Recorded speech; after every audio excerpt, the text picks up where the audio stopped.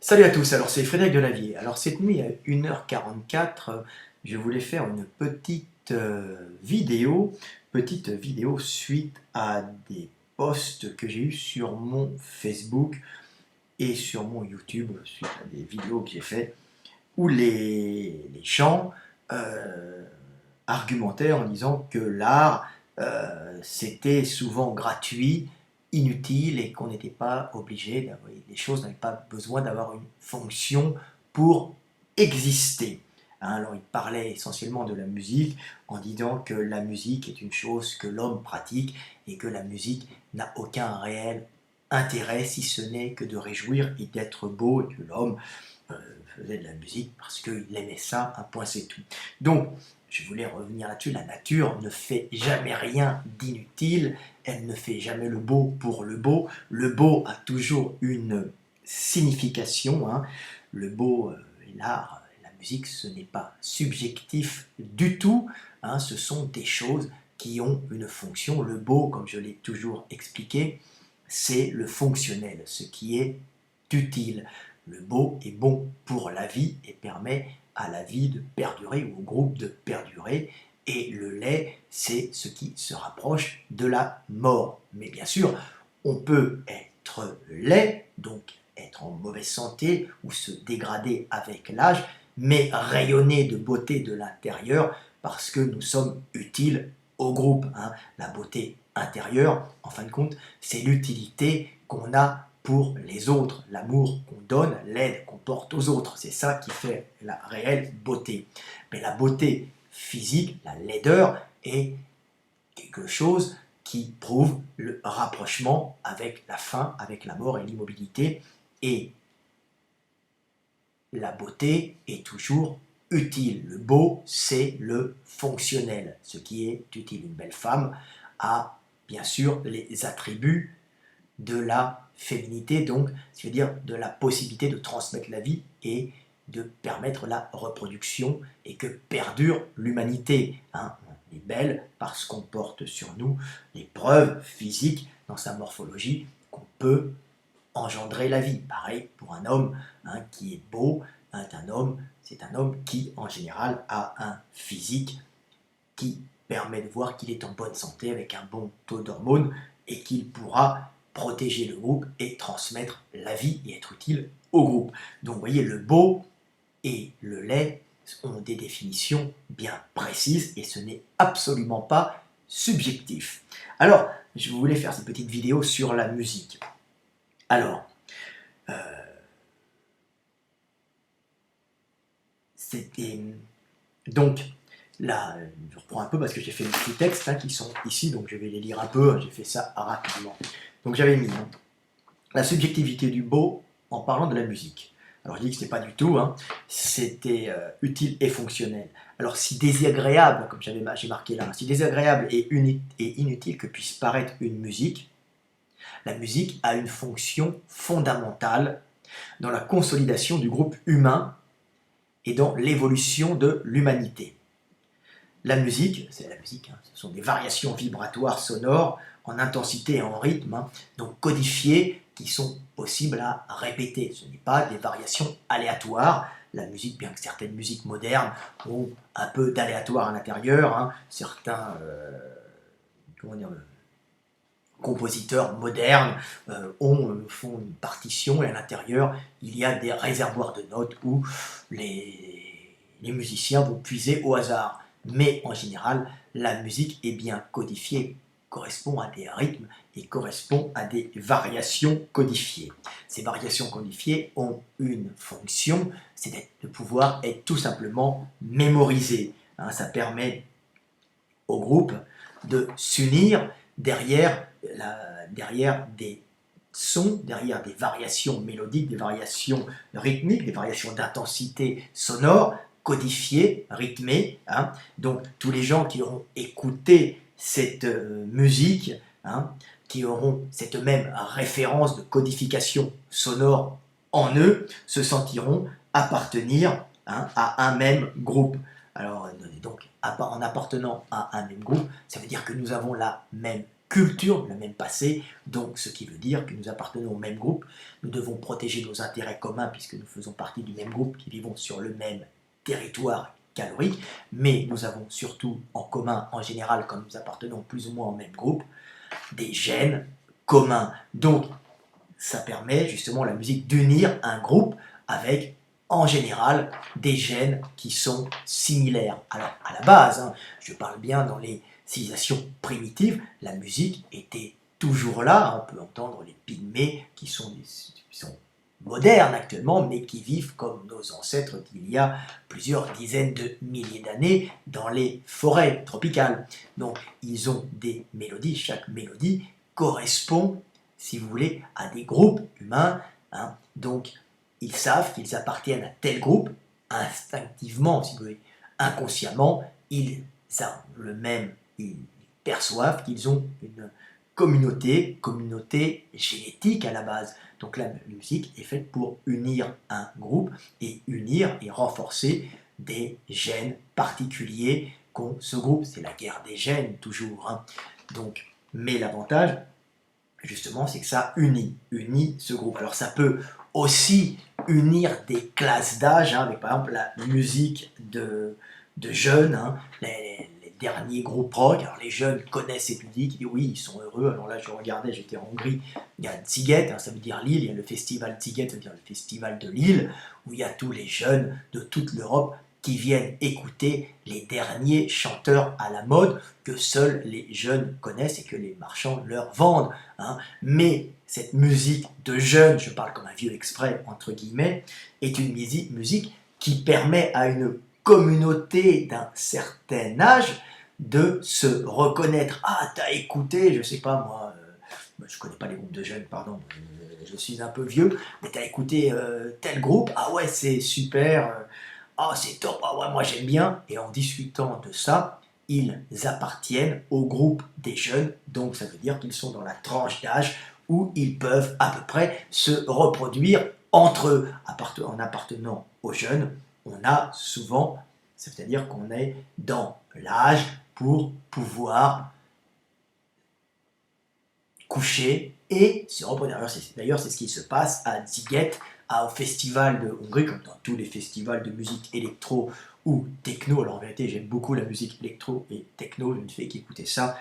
Mais dans tous ces festivals, il y a tous les jeunes qui se rencontrent, qui boivent de la bière à 1,50 €, hein, alors particulièrement en Hongrie, qui couchent dans des tentes, hein, soit dans la boue s'il pleut, soit dans la poussière, et qui vont pisser dans des boîtes en plastique, hein, dans des espèces de boîtes en plastique tous ensemble. C'est cracra, c'est dégueu, mais au moins on rencontre des jeunes hommes et des jeunes femmes de la même tranche d'âge, unis justement par cette musique similaire, donc ces variations d'intensité sonore en rythme et en intensité, hein, vibratoire. Hein. Donc, on est unis par ces variations d'intensité vibratoire. Alors, des fois, il y a des paroles dessus. Hein. Les paroles électro sont souvent très très bonnes. J'ai écouté Schulz, un DJ allemand. C'est très très beau ce qu'il fait quand on traduit les paroles.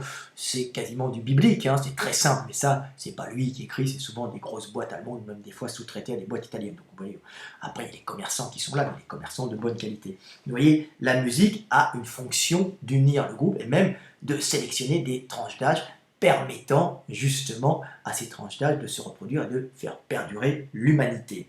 Donc la musique a aussi un avantage énorme, hein, donc c'est pas du tout subjectif, hein, ce sont des choses biologiques, des choses qui ont accompagné le développement biologique et le développement spirituel de l'humanité, donc en vérité le développement organique aussi, tout est lié, hein, et qui ont permis à l'humanité de se renforcer justement en étant unis derrière des vibrations communes qui permettaient à chaque groupe de se reconnaître. Mais la musique peut être aussi utilisée comme marqueur temporel qui permet d'associer aux sons et aux mélodies et aux vibrations sonores des souvenirs et des tranches de vie. Hein, ça permet de classer plus facilement les souvenirs. Vous voyez, donc la musique a un énorme avantage comme outil pour faciliter la mémorisation des données. Donc très important pour l'individu, mais très important pour le groupe aussi. Et pour un groupe humain aussi, de se souvenir en même temps de certaines périodes. Donc la musique fonctionne comme un peu un fixateur de la mémoire commune du groupe.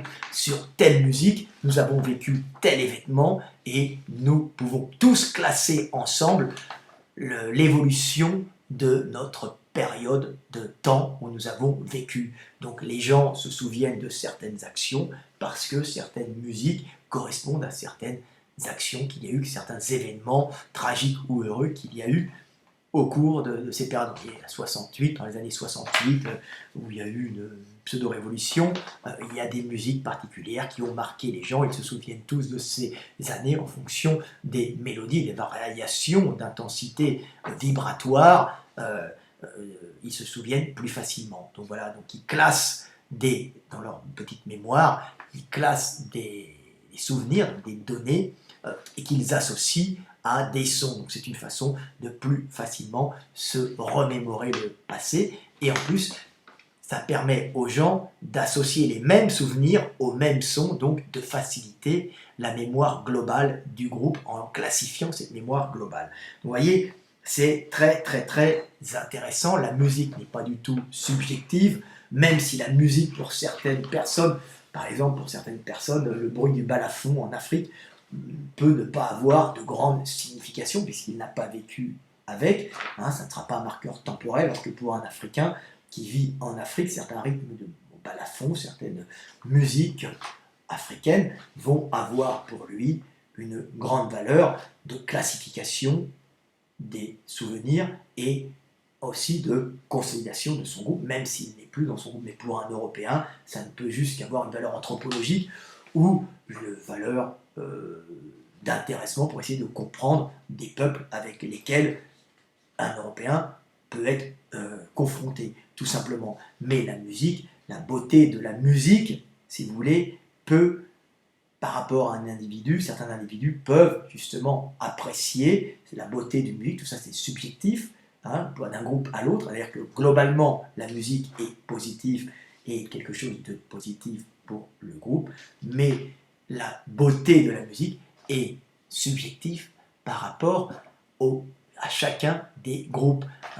Un groupe qui n'aura pas vécu de moments intenses sur certaines musiques n'y verra pas d'un grand intérêt et cette musique ne lui apportera pas grand-chose. Tout ça est relatif.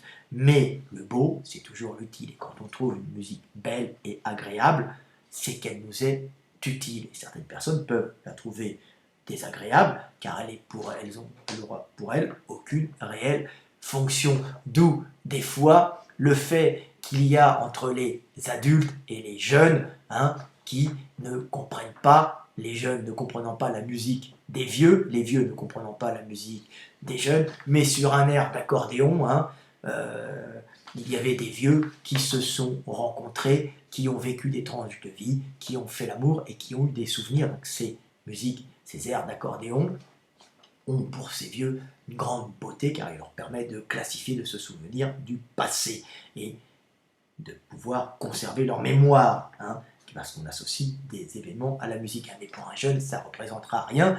Par contre, je ne sais pas moi, la musique électro à fond la caisse prise sous ecstasy peut lui rappeler, je ne sais pas, Marie-Chantal, avec qui il a couché. Et ça lui permet de mémoriser certains instants de sa vie. Et plus tard, cette musique aura une grande valeur car elle lui permettra, en récupérant ces variations sonores qu'il aura, ces rythmes ces ondulations sonores, ces variations d'intensité rythmique et ondulatoire qu'il aura mémorisé dans sa petite tête, il pourra y associer plein de souvenirs correspondant à son passé qui lui permettront de vivre le présent et de construire l'avenir, bien sûr, avec des souvenirs qu'il a emmagasinés et qu'il stocke plus facilement grâce à cette musique. Donc on peut voir que c'est évidemment, quand un vieux dit c'est de la musique de jeune, c'est parce qu'elle ne correspond pas à beaucoup de souvenirs et beaucoup de vécu, alors qu'un jeune dit ouais c'est de la musique de vieux parce qu'elle ne correspond pas à la mémorisation de sa vie que le vieux a. Donc c'est tout le temps très intéressant, on voit que toutes ces choses, toutes ces musiques, toutes ces ondulations n'ont comme fonction que de consolider le groupe et de permettre la mémorisation et la survie de l'individu et du groupe, parce que sans mémoire, on ne fait rien dans la vie, hein, on meurt, on est un légume. Voilà. Alors, il en va de même, hein, petite vidéo bien sûr, hein, pour vous instruire, il en va de même de la poésie. Alors la poésie, c'est pas du tout subjectif quand on entend des vers. Hein. Effectivement, moi, on me forçait à faire du Musset à l'école, ça me cassait les couilles, je retenais pas grand-chose. Hein. Par contre, j'aimais bien La Fontaine, parce que j'aimais bien plus La Fontaine, pas pour les vers, mais les vers permettaient de mémoriser, j'aimais bien La Fontaine pour la morale qui permettait d'apprendre de la vie et ensuite d'affronter la vie grâce à l'expérience transmise par la poésie de La Fontaine. Alors La Fontaine, alors justement, on va parler de la poésie. La poésie a la même fonction que la musique à une époque où il n'y avait pas de papier, il n'y avait pas de crayon, et des fois on ne pouvait même pas peindre sur les grottes, parce que c'est dans les grottes qu'on peignait. Donc le groupe devait mémoriser des choses importantes, devait mémoriser déjà l'histoire de son groupe, mémoriser des aventures qu'il a eues, pour ou bien les répéter si elles étaient salvatrices pour le groupe, ou les éviter si jamais ils étaient confrontés, par exemple, au même danger qu'a été confronté l'arrière-grand-père. Donc on essayait à ce moment-là d'avoir une mémoire, c'était instinctif, c'était inconscient, on essayait de conserver la mémoire du groupe, et la mémoire du groupe, on va la conserver avec la musique, mais on va aussi la conserver par les histoires qu'on raconte. Et il y a une façon de conserver encore plus facilement des données mémorisées sonores par le verbe, des paroles, ben on va les conserver beaucoup plus facilement par la poésie. Pourquoi? Parce que la poésie se stocke et se mémorise beaucoup plus facilement que la prose. Hein. La prose est le fait de parler comme je parle actuellement. Je suis un spécialiste de la prose et pas de la poésie.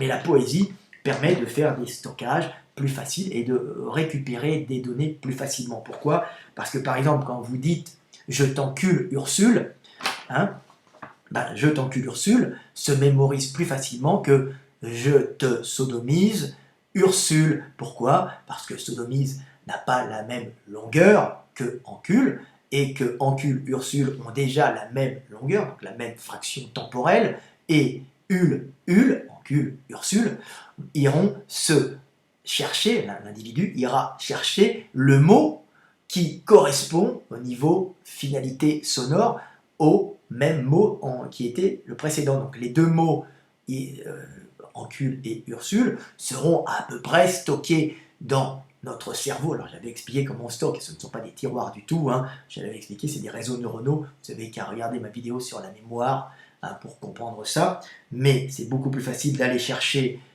la suite de je t'encule à Ursule, même longueur, Ul, même terminaison, dans le même groupe, dans le même ensemble, si vous voulez, que je te sodomise Ursule. Donc vous voyez que la poésie a comme possibilité de plus facilement mémoriser les choses. Donc à l'époque où l'on ne pouvait pas écrire, où il n'y avait pas d'ordinateur, il n'y avait pas de livre, il n'y avait pas de papier, il n'y avait rien que des choses périssables.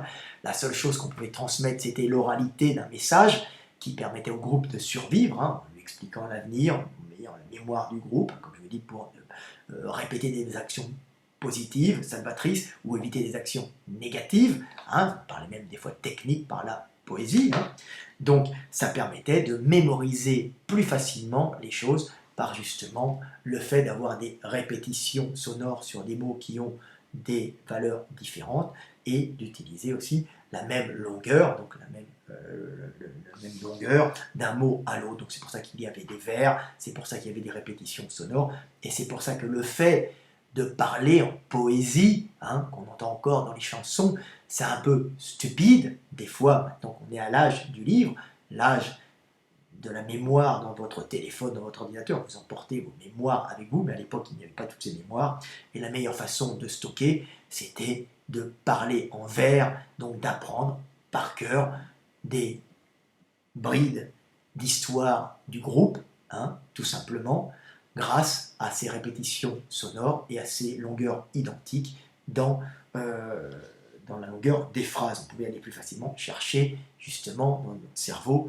le mot qui venait après le premier, puisqu'il était stocké à peu près au même endroit.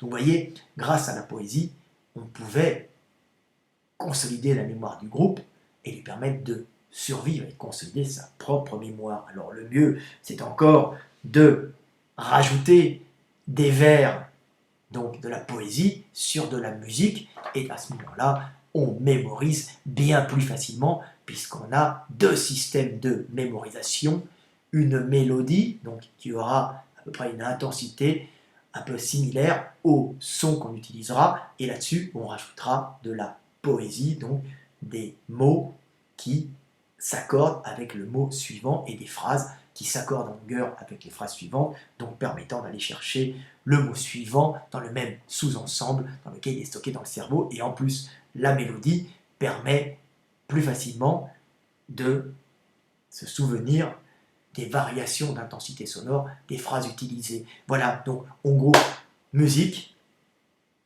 poésie, et on a des belles chansons, et on a les premières possibilités de stocker sur un long terme la mémoire du groupe grâce à la musique et grâce aux chansons, tout simplement.